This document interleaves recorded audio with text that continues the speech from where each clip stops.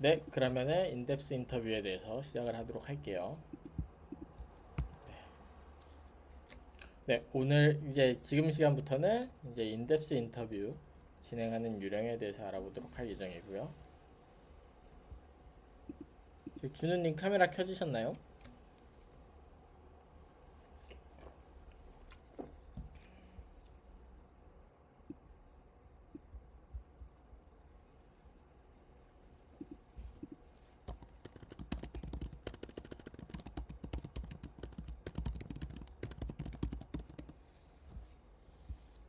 네, 이어서 진행하도록 하겠습니다. 네, 뭐 아까도 말씀드렸다시피 뭐 structured, semi-structured, 그다음 unstructured 이 세 가지 방법이 있어요. 네, 뭐 여기에 대해서는 딱히 설명을 드리지 않도록 넘어가도록 할게요. 뭐 여러분들이 잘 아시다시피 뭐 스트럭처드로 하게 되면은 매우 정형적이겠죠. 모든 사람들에게 동일한 플로우대로 진행을 할 거고요. 대신에 우리가 알려고 했던 뭐 정성적인 결과물에 대해서 왜 그렇게 했는지에 대해서 이해하는 데는 부족하겠죠. 네, 언스트럭처드로 하게 되면은 매우 자유로운 환경에서 뭐 자유롭게 중요한 인사이트를 얻을 수 있을 겁니다. 우리가 궁금한 거에 대해서. 하지만 사람들마다 받게 되는 질문들이 너무 달라지게 될 거고 또 인터뷰를 진행하면서 종종 목적을 까먹는 경우들이 있으니까 그런 부분들이 있겠죠. 그래서 세마이 스트럭처드는 그 중간에 있는 스트럭처드랑 언스트럭처드 그 중간에 있는 방법이라고 생각을 하시면 될 것 같고요. 네, 인터뷰 프로세스는 뭐 언제나 그랬듯이 뭐 리서치 프로젝트를 디자인하고요. 그 다음에 여기에서 네, 어떻게 그 인터뷰 대상자를 접근하고 어떻게 접근할 것인지 뭐 계획을 세우고 그다음 접근하는 방법을 합니다. 그 다음에 인터뷰를 진행하시고요. 그 다음에 마지막으로 분석을 통해 갖고서 트랜스크립션을 이제 인터뷰하는 과정에서 녹음을 하게 되면은 그거를 듣고 분석을 하는 것들을 이제 하겠죠. 네. 인터뷰를 처음에 이제 리서치 프로젝트를 디자인할 때 프로젝트를 시작을 할 때 가장 중요한 거는 이 프로젝트가 어떤 역할을 하는지 네, 이해하는 게 대해서 정의하는 게 제일 중요한 부분이겠죠. 그 다음에 인터뷰를 진행하는 것이 이 프로젝트에서 왜 중요한지에 대해서도 다시 한번 생각을 해보셔야 됩니다. 만약에 잠시만요.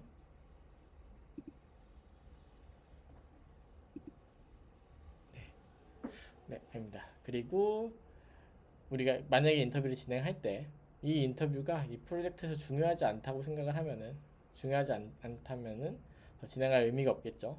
그렇기 때문에 중요한 일에 대해서 해야 되는 것이고요. 그 다음에 늘 인터뷰 대상자 결국에는 우리가 이 대상자를 통해 갖고서는 인사이트를 얻을 텐데 그러면은 어떤 사람을 대상으로 해야 되는지 그 다음에 이 대상이 프로젝트랑 어떤 연관관계가 있는 사람들인지 뭐 대상이 적합한 대상인지에 대해서 꼭 잊지 마셔야 됩니다. 정의하시고요. 네. 그 다음에 어지간하면은 가까운 가족이나 친구는 피하는 게 좋습니다. 네. 왜냐면은 너무 쉽잖아요. 접근하기도 너무 쉽고요. 그 다음에 이 사람들이 우리의 타겟 고객을 명확하게 투영하지 않을 확률이 굉장히 높습니다. 그리고 프로젝트에 대해서 미리 소개를 하고 그 다음에 동의를 얻는 것이 가장 중요합니다. 네, 처음에 우리가 고객을 인터뷰 대상자들을 선정할 때는요.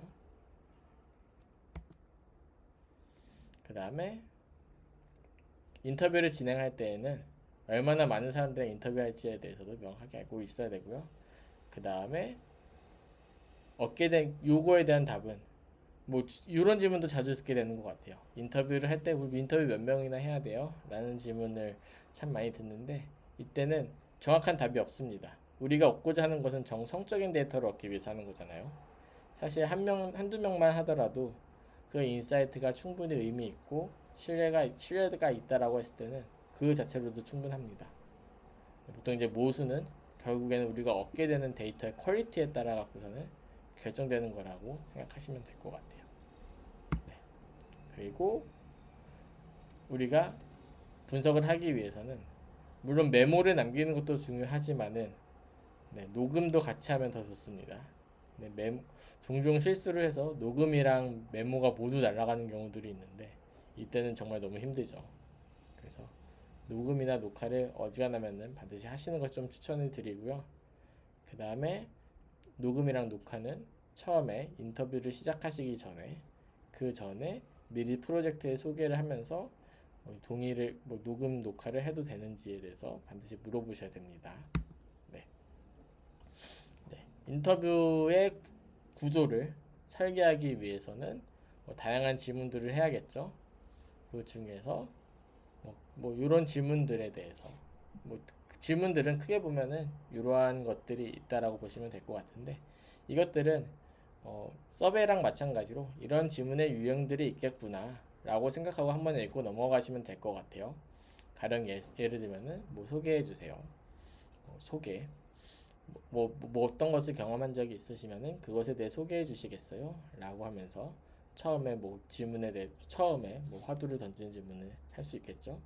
그 다음에 사용자들이 어떤 응답을 했어요. 근데 이제 이 응답에 대해서 왜 그렇게 했는지, 구체적으로 어떤 내용이었는지 후속적인 질문들이 더 필요하겠죠. 그 다음에 그 이유가 무엇이었는지, 그게 무엇을 의미하는지 확인하는 질문들도 있을 거고요. 그리고 명시하는 질문, 그 다음에 직접적으로 물어보는 질문, 감접적으로 물어보는 질문, 그 다음에 다른 주제로 넘어갈 때 요 구조 같은 구조 변화 이런 것들에 해당하는 질문들도 하실 수 있을 것 같고요. 그 다음에 종종은 침묵을 유도하거나 아니면 해석을 하는 질문들도 있습니다. 그러니까 종종 사용자들이 뭐라고 대답을 했어요. 근데 말씀하신 게 이게 맞나요? 이게 제가 맞게 이해했나요? 라는 것처럼 다시 한번 질문하셔갖고 이 인터뷰가 내가 얻은 답변이 내가 정말 잘 이해하고 있는지에 대한 확인도 해야 되고요.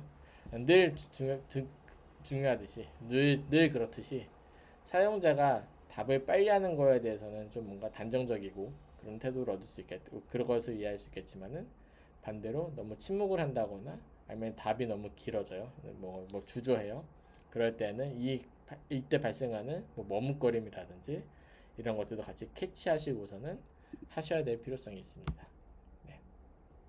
인터뷰를 시작하기 전에 보통 이제 인터뷰 구조에서는 처음에 이제 흔히 우리가 말하는 서론이라든지 발단처럼 처음에 이 프로젝트를 왜 하는지 요 소개들이 먼저 필요한 것 같아요. 그다음에 이런 것들을 마치고 난 다음에 점점점 사용자에 대해서 얕은 질문부터 점점점 깊이 있는 질문을 하게 되고요. 깊이 있는 질문을 모두 마치고 난 다음에는 잘 마무리 짓는 이 과정으로 진행을 하겠죠. 근데 인터뷰 시작 전에는 항상 잊지 말아야 될 거는 우리가 어떤 사람인지 자기소개를 하는 거. 그 다음에 우리 프로젝트가 어떤 프로젝트인지, 그 다음 우리가 인터뷰를 왜 하는지에 대해서 소개하는 거. 요 두 가지는 반드시 잊지 말아야겠죠.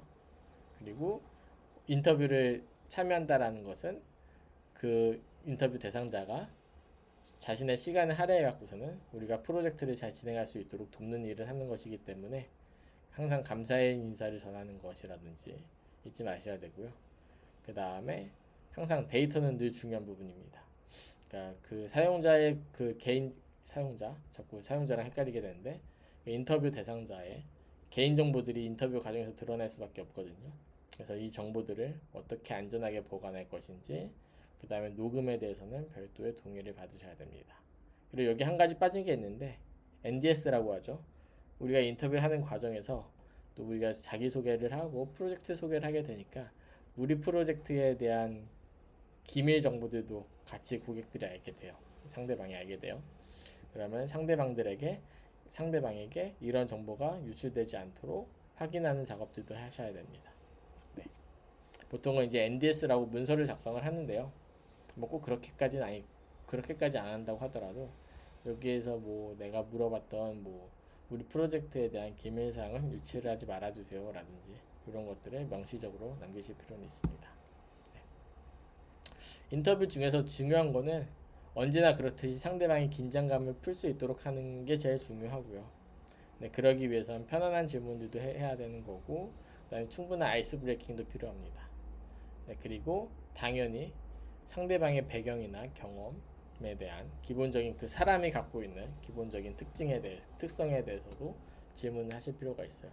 왜냐면은 우리가 또 나중에 대학고 난 다음에 한참 지나고 난 다음에 우리가 인터뷰 대상자가 어떤 사람이었는지 기억을 못하는 경우들이 많이 있거든요. 자, 까먹어요. 자, 요 질문 했는지 안 했는지. 네, 그래서 이 결국에는 요것들이 나중에는 인터뷰나 뭐 서베이나 하게 되면은 결국에는 그 자체 하나하나만으로도 의미가 있지만은 이걸 또 그 사용자 그룹별로 또 모아 갖고서는 다시 뭐 인사이트 뭐 분석을 하는 경우들이 자주 있어요. 그럴 때를 대비해서 이 사용자가 이 사람이 갖고 있는 한 명 한 명 대상자 갖고 있는 그 특징에 대해서 명확하게 정리할 수 있는 그런 질문도 같이 해주셔야 됩니다. 그 다음에 인터뷰에서는 핵심 목표에 부합하는 정보들을 얻어야 돼요. 뭐 사실 가장 당연한 말이죠. 우리가 인터뷰를 진행하는 목적이 있을 거고요. 그럼 그 목적에 부합하는 정보를 얻으려면은 목적에 부합하는 질문들을 또 해야겠죠. 그래서 이것은 절대 잊으시면 안 되는 것들이고요. 그 다음에 이제 좀 아직 경험이 부족하시거나 조금 뭔가 좀 인트로버트 하신 분들, 네, 그러니까 분들은 이제 자주 놓치시는 부분은 이제 그 인터뷰 어떤 사용자가 어떤 대답을 했을 때 그 질문에 대해서 더 파고드는 질문을 하는 것을 자주 까먹어요. 그냥 상대방이 뭐라고 대답하네? 응? 받아 적고 다음 질문으로 넘어가는. 보통 이런 질문들은 이렇게 해서 얻게 되는 결과들은 사실은 한계가 있습니다. 좀 더 깊이 있는 답을 얻기 위해서는 왜 그러셨어요? 라는 질문들을 계속 해주셔야 되는 게 중요하고요. 보통은 뭐 우리가 흔히 아는 거는 5Whys라는 게 있죠. 사용자가 어떤 사람이 어떤 응답을 했어요. 그럼 왜 그렇게 하셨어요?를 한 5번 정도 더 물어보고서는 더 진행하는 방법이 있습니다. 그리고 사용자가 그 인터뷰 대상자가 인터뷰가 종종 그러니까 뭔가 추가적으로 더 말을 하고 싶은 것들이 많이 있을 거예요. 그래서 그 맥락에 대해서 충분히 이끌어낼 수 있는 그 다음에 이거는 단순히 예 아니오로 다 클로즈한 답변을 얻는 게 아니라 오픈적인 그런 답을 얻을 수 있는 그런 질문들을 많이 해주셔야 되고 그런 것들에 대한 이야기를 많이 들으면 들을수록 인터뷰에서 얻게 되는 결과물의 퀄리티가 높아지게 됩니다. 네. 인터뷰 후에는 뭐 언제나 그랬듯이 처음 시작할 때가 끝날 때는 항상 감사하다는 말을 해주고요. 그다음 우리가 프로젝트 발전을 위해서 하는 것이기 때문에 이후 프로젝트 진행 상황에서 대해 공유해 주면 더 좋겠죠. 네. 네. 뭐 아까도 계속 같은 말씀을 드리는 것 같은데요. 답을 유도하는 질문을 절대 해서는 안 되고요. 네. 항상 열린 답을 얻을 수 있는 그런 질문을 해야 되고요.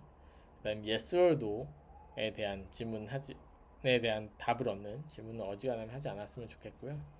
그 다음에 주제, 우리가 어떤 목적과 어떤 주제에 대해서 인터뷰를 하고 있는지 절대 잊지 말아야 되고, 그 다음에 인터뷰 시간도 상당히 중요한 부분인 것 같아요.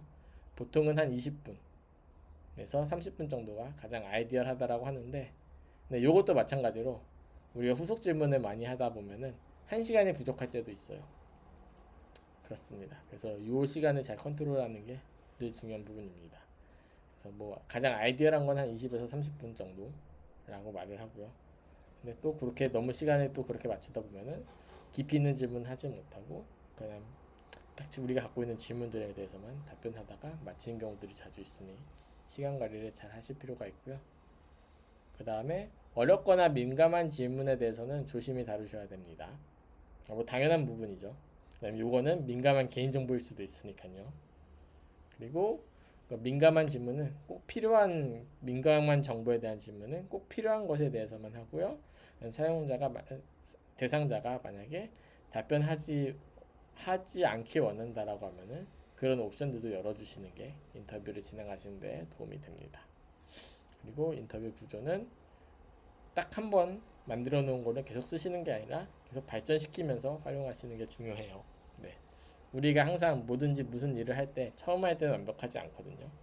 뭔가 하면서 계속 하면서 뭔가 다듬어지고 결과가 더 발전됩니다. 그렇기 때문에 우리가 이 인터뷰를 할 때에도 이 질문지를 계속 발전시키면서 네, 인터뷰를 진행하시는 게 좋습니다. 네. 자, 이제 오늘의 과제에 대해서 소개를 해드리도록 하겠습니다. 원래 한 3시간 정도 강의를 할 거라고 생각을 했었는데 생각보다 일찍 끝났네요. 네. 오늘의 과제에 대해서 소개를 해드릴게요. 네, 오늘은 우리가 모두 다 KT 클라우드 프로덕트 디자인 과정에 참여했잖아요. 네, 여러분이 여기 다 계신 다른 챌린저분을 대상으로 인터뷰를 진행하는 게 오늘 할 일이고요. 네, 우리가 KT 클라우드 프로덕트 디자인 과정에 왔기 때문에 우리가 다 똑같은 사용자일 수 있는 곳은 요 경험이라 생각을 하고서 준비하게 됐습니다. 장기적으로 우리는 랜딩 페이지를 리디자인하는 작은 프로젝트를 진행할 예정인데요. 오늘은 그거에 대해서 하는 건 아니고요. 오늘은 우리가 인터뷰 구조화된 인터뷰 질문지를 만들 거예요. 그리고 인터뷰는 오늘 진행하지 않을 것 같은데요. 일단은 지금 오늘 오전에 해야 될 거는 인터뷰 구조지를 작성하는 게 오늘 오전에 해야 될 일입니다. 네. 그리고 우리는 내일이나 오늘 오후나 내일 오전에 인터뷰를 한 3명 정도 진행을 할 예정이고, 그 다음에 이것을 토대로 페인 포인트랑 니즈를 식별할 예정입니다. 물론 그 중간에 우리가 얻은 인사이트를 얻은 답변을 분석하기 위해서 다양한 일들을 하겠죠. 네. 일단은 구조지를 작성하는 게 가장 먼저입니다. 그 다음에 저랑 한 분 한 분 구조지에 대해서 저랑 간략하게 이야기하는 시간을 가질 거예요. 그리고 항상 제일 중요한 거는 우리가 이 인터뷰를 왜 하는지에 대한 명확한 목적을 설정하는 게 제일 중요한 일입니다. 네. 그리고 또 하나 더 중요한 거는 질문을 통해 우리가 무엇을 알고 싶어 하는지, 요것들도 정의하는 게 중요한 부분이에요. 그 다음에 AI를 사용하셔도 됩니다. AI 툴들이 익숙하신 분들은 AI를 사용하시면 좋고요. 사용하셔도 되고요. 근데 AI를 통해서 만든 질문도 내 의도가 담겨 있어야 되는 거 절대 잊으시면 안 됩니다. 결국에는 AI는 그냥 우리가 일을 하는 것을 돕는 거지, AI가 우리를 리딩해서는 안 되거든요. 그러니까 우리가 AI를 리딩하는 거여야 돼요. 그래서 AI가 만들어낸 결과물들은 모두 다 내 의도랑 내 목적의 안에서 수행되어야 됩니다. 그리고 인터뷰 구조를 작성한 다음에는 저랑 같이 살펴보는 일들을 할 거고요. 그 다음에 개선한 작업도 할 겁니다. 그리고 궁금하신 점, 도움이 필요하신 점 있으면 상시로 저에게 말씀을 해주셔서는 같이 채워나가도록 해요. 네. 반드시 알아두셔야 될 거, 기억해 두셔야 될 거는 다음이 있습니다. 인터뷰 질문지의 목적을 적절하게 작성했는지 확인해 보시고요. 그 다음에 목적에 맞는 올바른 질문을 선정했는지, 그 다음에 목적 및 질문에 맞는 후속 질문도 함께 구성을 했는지, 이 부분까지 오늘 여기까지 하면 되겠죠. 그 다음에 나중에 이제 이 질문을 수행하고 난 다음에 응답을 잘 기록을 했는지, 그 다음에 자의적인 해석이 들어가지 않았는지에 대해서는 다음에 인터뷰를 진행하면서 확인해 보시면 될 것 같습니다. 혹시 궁금하신 점 있으실까요? 네. 없으시면은 잠깐 쉬는 시간 10분 갖고요. 제가 공유해드릴 예제들이 몇 개 더 있어서 예제를 한 번 더 공유해 드린 다음에 그 다음에 구조지를 작성하는 시간을 갖도록 하겠습니다. 네, 쉬는 시간 가지시고 11시 10분에 뵙도록 하겠습니다.